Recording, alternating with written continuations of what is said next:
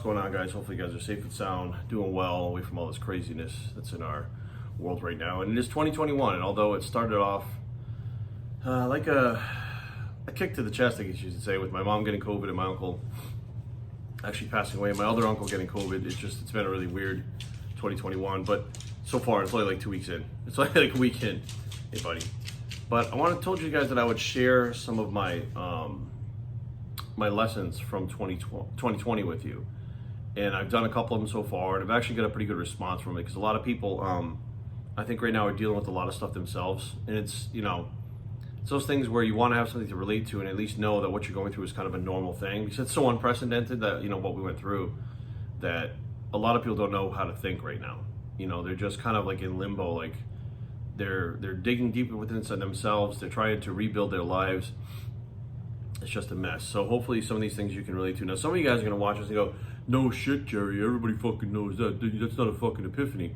Well, realistically, you most likely you're caught up in the same fucking thing, but it's just not with the same topic that I'm going to talk about today. So I was a big sneakerhead. I was a huge sneakerhead. I'm not going to say I'm not now, but I'm going to say is I don't collect like I did, last year or the year before. Last year really wasn't collecting, but last few years, like the Yeezys, the Jordans and stuff like that, the Off-Whites. And I got really, really wrapped up in it. And I mean really wrapped up in it. And then the lockdown came, and I was still wrapped up in it, but I was part of this sneakerhead community, and that was really fueling, what was going on with that sneaker collecting. And I didn't realize that, the hype, the marketing, the sales tactics, all that stuff, it doesn't matter if you've been trained in that stuff. It doesn't matter whether you understand what it is. It doesn't matter whether you teach that stuff at a university. You are still susceptible to it on a certain level with something that you don't even understand is being marketed to you the same way. So these high-end sneakers, the Yeezys, I was buying every pair, had to have every pair. And I couldn't understand, once the lockdown happened, I took a real long look at myself, because I bought the Quantums, which is the high-top basketball Yeezy. And I had wanted these things for like 3 years. Like we had seen them, there had been samples out, but nobody had them yet because they hadn't put them out yet. So they finally come out and I purchased them. They get here and we're in pandemic, we're in lockdown. And I literally put them on to bring packages to the post office one day, because I literally had nowhere to go and nowhere to wear them. And I was so looking forward to a day where I could go out and wear my Quantums, right? I wanted to wear those sneakers. Like when the world opened back up, I can go out and wear those Quantums. I was looking forward to that. Why? Why was I looking forward to that? I already had them. If they were for me, I should have been okay, content. And I wasn't. So having that time off, from work and everything, you start thinking, right? Or for me, at least, I start thinking. I get inside my own head, and that's a good place to be for me. Sometimes it's a bad place, but it's usually a good place for me to be. And I realized that I wasn't buying these sneakers because I loved them. I did love them. I thought they were awesome, and I was having a great time with it, and I felt part of the sneakerhead community. And when you're in the sneakerhead community, race doesn't matter, weight doesn't matter, how you look doesn't matter, height doesn't matter. It doesn't matter whether you're a guy, a girl, a kid. Like, it doesn't matter. It's just about the sneakers. So everybody's kind of equal, and you're just out there for the love of the sneakers, right? So you're not judging anybody. You're judging sneakers, but that's not judging a person. You're judging, like, what their style is. I like it, I don't like it, whatever the case may be, but you're still not judging them. So I really got wrapped up in that, because I wanted to have a place where, things like that didn't matter. Race didn't matter, height didn't matter, how you looked, all that stuff didn't matter. And I was really wrapped up, and I was excited. And next thing you know, when you're involved in that community, they start marketing things to you the way that they market there. So it was, hey, this pair is coming out this week. Cool, I love those. I've been waiting for those. And you pick them up. And then the next alert comes like the next day. Hey, this pair comes out next week. And you're like, oh shit, well, those are really cool too. So maybe you pick up that pair. And it continues like that. It continues. The next thing you know, you have fucking 5 pairs of sneakers in a month. And the ones that you got first, which are really not even a month old, that you've worn like twice, are no longer, I don't want to say in style, but no longer have shock value. So you stop wearing them, and you're trying to buy the new ones because they have shock value. Now, who do they have shock value to? Other people. Here lies the crux. And so I started to figure out that I was buying these. I wanted to wear those Quantums, the high top basketball Yeezy, because when I went out into the world, like my wife can attest, people would stop me, take pictures of my sneakers, talk to me about my sneakers. When I went out, it was almost like you were a celebrity wearing the sneakers, because they were too hard to get, and I always had them. And if you're in the sneakerhead community, people wanted to see them in person. So when they see you with them, my wife was actually wearing a pair of her Yeezy Zebras, at the gas station. This guy actually walked up to her, asked her if he could take a picture of them. She came home and freaked out because she was like, why are people taking pictures of my shoes? Because that's how that community is. It makes you feel like a superstar. It makes you feel like a celebrity, right? So you want to keep that feeling. You don't even realize that you have that feeling because you really do love the shoes. But now it's taken on something more. It's not just about the shoes. It's about this lifestyle that you get wrapped up in that makes you feel good because people are looking up to you, right? Which is the weirdest fucking thing because I don't want people to look up to me. I never fucking did. I don't want that, right? I'm not a role model. I'm not somebody to look up to. But here I am buying these sneakers. It's like when, women get ready to go out to a club. They say, look, they're not getting ready to go out there and fucking look for the guys. They're not doing that for the guys. They're doing that for the other girls. They want the other girls to be envious of them. So it's like the same type of thing. It's like the guys in the sneaker community want the other guys and girls to be envious of them because they can get special releases. They can get early pairs. They can get, friends and family releases, etc. So I really said, you know what? I don't even want these things for myself. And literally, I only had them for a couple weeks. I turned right around and I sold them on GOAT. I got rid of them. I actually took a loss on them and fucking sold them and got rid of them. And that was the awakening part for me. And once I realized that, I started taking a look through my life. I'm going to show you an example right now. So I wanted these really bad. When they first came out, I saw them. I think I saw other people wearing them, but I wanted them really bad because they're Gucci, right? Gucci, high end. When people see you wearing these things, they're going to think fucking you're a baller because you got Gucci. Meanwhile, they're like $100, right? They're not super crazy expensive, right? Or maybe $200. Anyways, they're not super crazy. Like, they're definitely under $400. So I go to Gucci and I buy these things, right? Do you know how many times I've worn these things?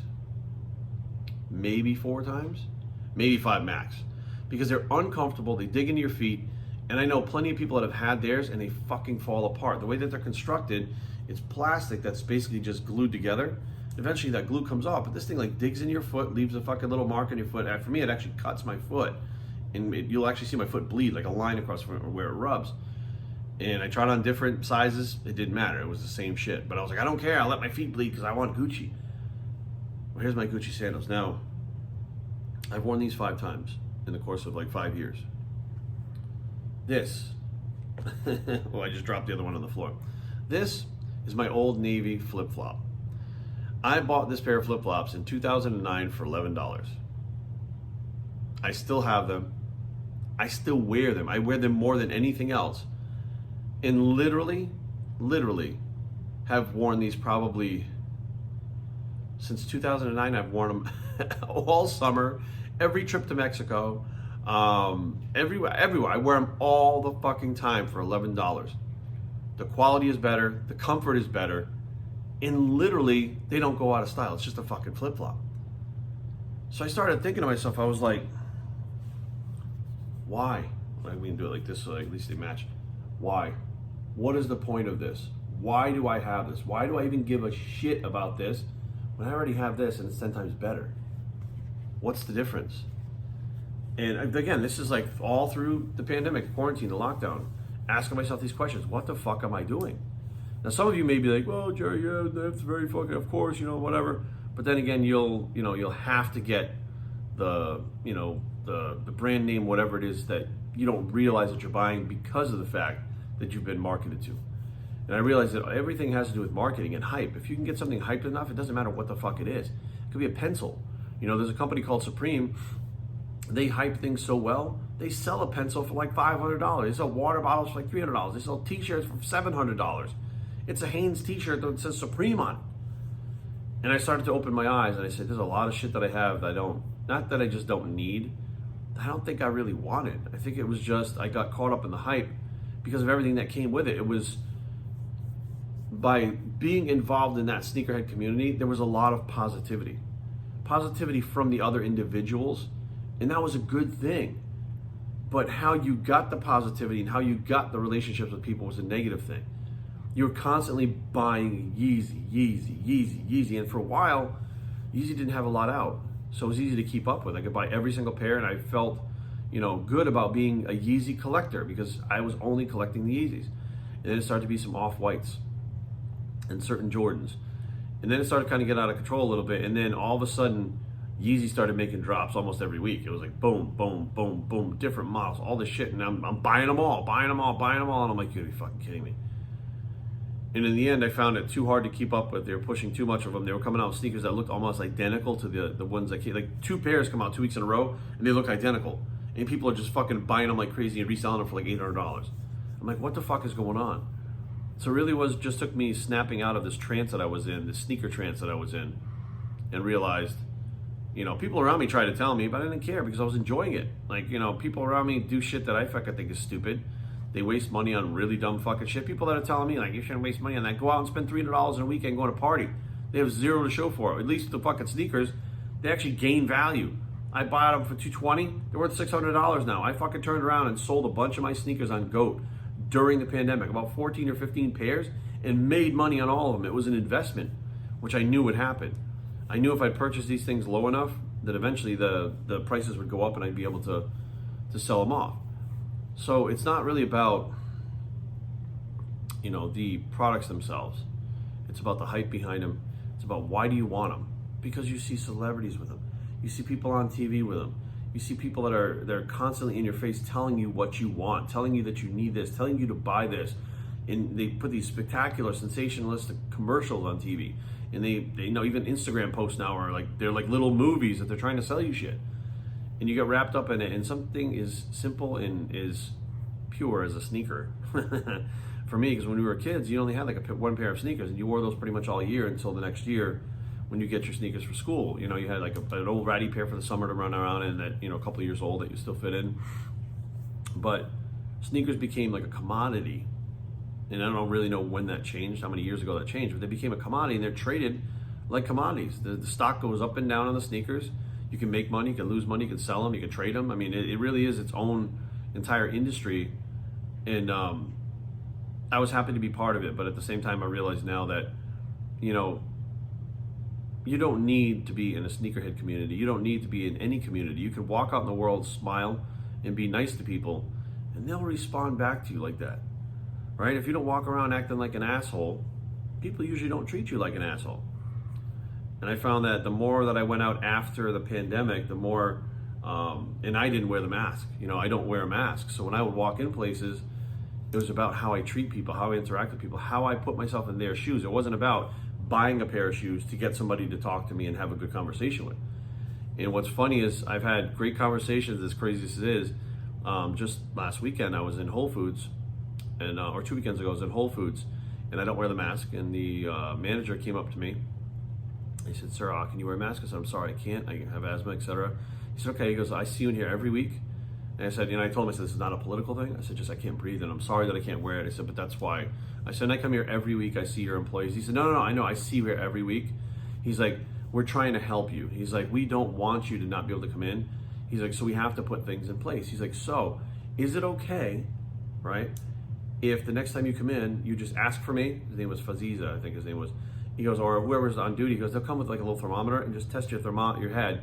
And then if you don't have a fever, we'll just let you in without the mask, and it's cool." It's just an alternative way to make sure that we're making sure that we take care of our customers, but make sure that everybody else is safe and everybody else shuts the fuck up, pretty much. And I was like, "Yeah, absolutely." I'm like, "You know what?" I said, I thank you for, come up to me and approaching me like this." He's like, "Well, he goes, you seem like a kind of a hard person to approach." He goes, "But, you're kind of easy to talk to." And we started a conversation, a few minutes. We shook hands. We didn't fist bump. We actually shook hands. I said, "Thank you. I'll see you next week."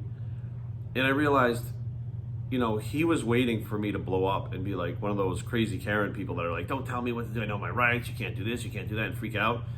And that's not what it was. I just controlled myself, composed myself, and said, "Hey, here's the deal.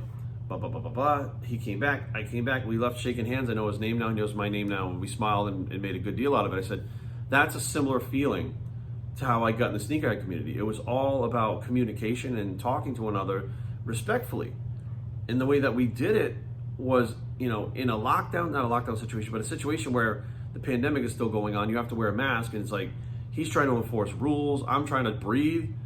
But the way that I approached it got me the same result than as if I was in the sneakerhead community having that same type of interaction with those people. And every time I've gone out in the actual world and done that and shown everybody respect and not judged anybody for how they look, how they talk, whatever the case may be, the response back I've gotten is the same thing. So what you put out, you get back. And I said, well, maybe I was trying to, fill a void in my life with the sneakers that I could have filled by just being nice, right? What I wanted to anyways. I was holding up a wall to try to keep people at bay because some people are assholes. And I learned the lesson again, another one of my lessons, that not everybody are assholes. Some of those people out there, they act the way they do because of the way that they see things through their eyes, right? They're scared of the pandemic, so they're going to yell at you. They're on edge because of the pandemic and shit like that, so they're going to be more quick to snap at you and stuff like that. So, it really was, a period of time during the lockdown where I thought about so many things and had so many lessons, and then had to apply those lessons in not knowing whether or not they're going to work, how they're going to work out, etc. And everything seems to be working out, knock on wood, fine. But the bottom line is, 2020, although part of it really sucked, it was horrible. I mean, bottom line, it was horrible. And there are things that are still, not fixed. I don't know when they'll be fixed from 2020. But it seems like every step of the way there was some kind of lesson that I learned that made me better by the end of the year. And by the end of the year, things kind of went back to normal for me a little bit. I went traveling with the judging a little bit. And, things seemed to be somewhat normal. But heading into 2021, I remember those lessons and learned those lessons. And now I'm happy about where I'm at. And I understand things a little bit better. And I feel like now I'm aware of what's going on around me a lot more. And I think that awareness is what's important. I think a lot of times we're not really aware of what's happening around us. And that's what can be taken advantage of, hurt, whatever. But the bottom line is, guys, there are lessons that we got to learn, and we have to learn them. And it doesn't matter if you tell me, if I tell you, that doesn't work. The person has to learn the lesson themselves by actually going through it, feeling it, and experiencing it. And then that changes them as a person for the better or worse, or whatever the case may be. But lockdown itself had some benefits. And I do believe it's like, the yin, the yang, positive, negative. I do believe there was balance within it if you looked for it. If you didn't look for it, you didn't find it, it was all bad. There are other people that, they looked at it as just, the most scariest thing that's ever happened in their life. And I get it. But within the scariness, within the fear, within all the anxiety and the stress, there were positive things and lessons in there that hopefully we took out of it, so that that time wasn't wasted and just spent in fear and anxiety and all the emotions that came with it. And hopefully we got something out of it, because that's the best case scenario. Best case scenario is like you go through something bad, and at the very least, at the end, you realize you either learned something or there was something positive in there that you didn't notice then and you didn't really give a shit about, but it was there. And for me, it was there. Thank you guys for listening. I'm Bio3, and I approve this message, and we're out.